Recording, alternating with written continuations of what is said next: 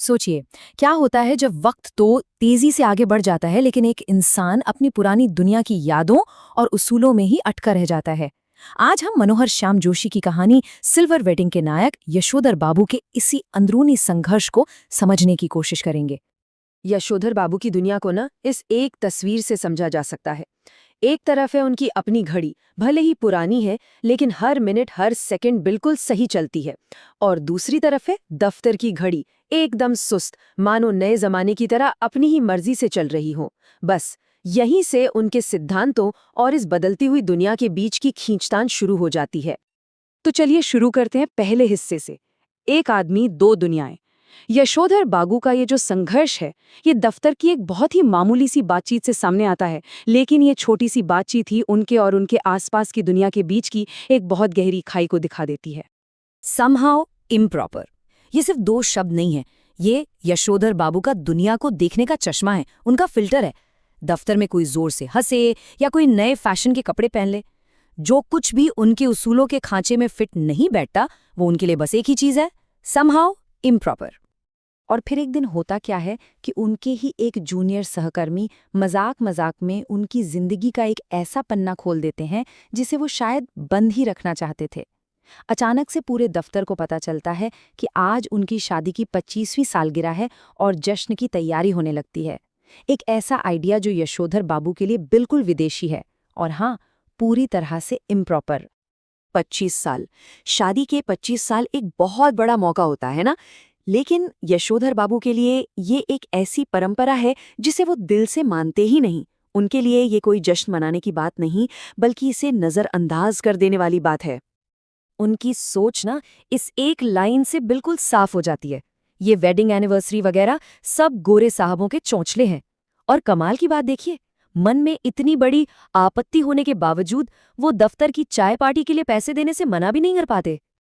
तो सवाल ये उठता है कि यशोधर बाबू के ये सिद्धांत इतने पक्के क्यों हैं? उनकी इस सोच की जड़ें आखिर कहाँ हैं?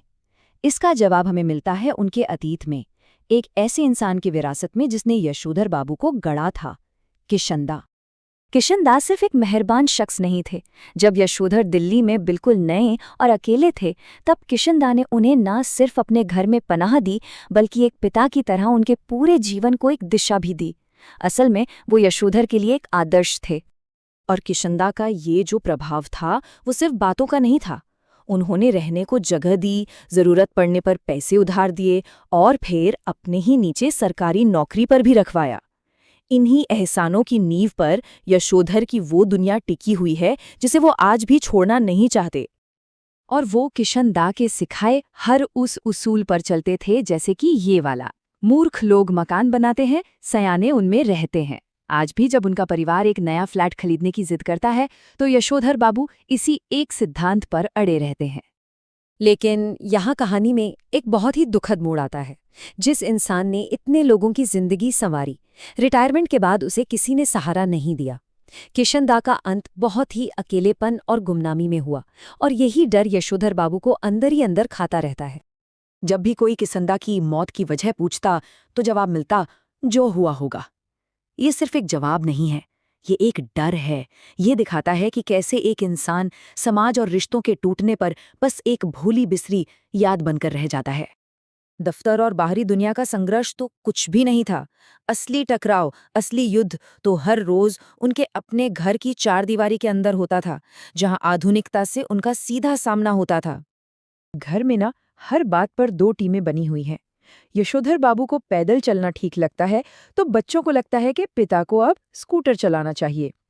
वो सरकारी क्वार्टर में खुश हैं, तो बच्चों को डीडीए फ्लैट चाहिए। ये सिर्फ एक पीढ़ी का अंतर नहीं है, ये दो अलग अलग दुनियाओं का टकराव है। और इस टकराव में उन्हें सबसे ज्यादा अकेलापन पता है कब महसूस होता है? जब वो अपनी पत्नी को देखते हैं। जो पत्नी कभी हर बात में उनका साथ देती थी, आज वो भी बच्चों के रंग में ढल चुकी हैं, और यशोधर बाबू उस लड़ाई में बिल्कुल अकेले खड़े रह गए हैं। सोचकर देखिए, घर की बहस से बचने के लिए एक इंसान जानबूझकर देर से घर आता है। काम के बाद पहले मंदिर, फिर सब्जी मंडी, मतलब हर वो कोशिश जिससे घर पर कम से कम वक्त बिताना पड़े। उनका अपना ही घर अब उनके लिए एक संघर्ष का मैदान बन चुका है। और ये जो अकेलापन है, ये जो अलगाव है, ये उस शाम अपने चरम पर पहुंच जाता है जिस दिन उनकी सिल्वर वेडिंग है। वो घर लौटते हैं और एक ऐसे जश्न में कदम रखते हैं जो उन्होंने कभी चाहा ही नहीं था। जैसे ही वो घर पहुंचते हैं, उन्हें अपनी आंखों पर विश्वास नहीं होता।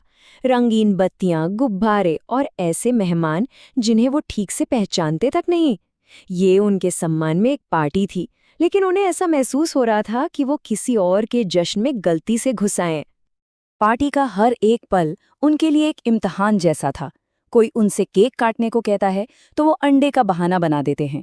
अपनी बेटी को जीन्स में देखते हैं तो असहज हो जाते हैं। हर तरफ बस वही दुनिया थी जिसे वो दिल से समहाउ इम्प्रॉपर मानते थे। तो इस पूरे शोर शराबे के बीच वो क्या करते हैं? वो बस एक ही काम करते हैं, पूजा करने चले जाते हैं, और जानबूझकर ज्यादा देर तक पूजा करते हैं। ये उनका विरोध करने का, उनका प्रोटेस्ट करने का अपना तरीका है। अपनी परंपरा की ढाल के पीछे छिप जाना, इस उम्मीद में कि जब वो बाहर आएंगे तो ये नई दुनिया जा चुकी होगी। शाम का अंत होता है उनके बड़े बेटे के एक तोहफे के साथ। एक ऐसा पल जो इस पूरे पारिवारिक ताने बाने की असलियत को सामने रख देता है। पार्टी के बाद उनका बड़ा बेटा उन्हें एक तोहफा देता है, एक ऊनी ड्रेसिंग गाउन। लेकिन ये तोहफा एक हिदायत के साथ आता है। आप सवेरे जब दूध लेने जाते हैं, फटा पुलोवर पहन के चले जाते हैं, जो बहुत ही बुरा लगता है। तो ये तोहफा आखिर है क्या?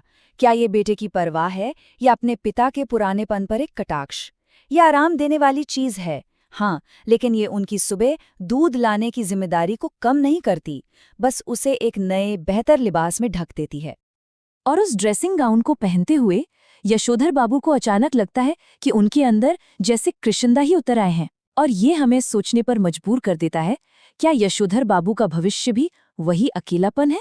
क्या उनकी कहानी का अंत भी बस इसी एक ठंडे जुमले से होगा जो हुआ होगा?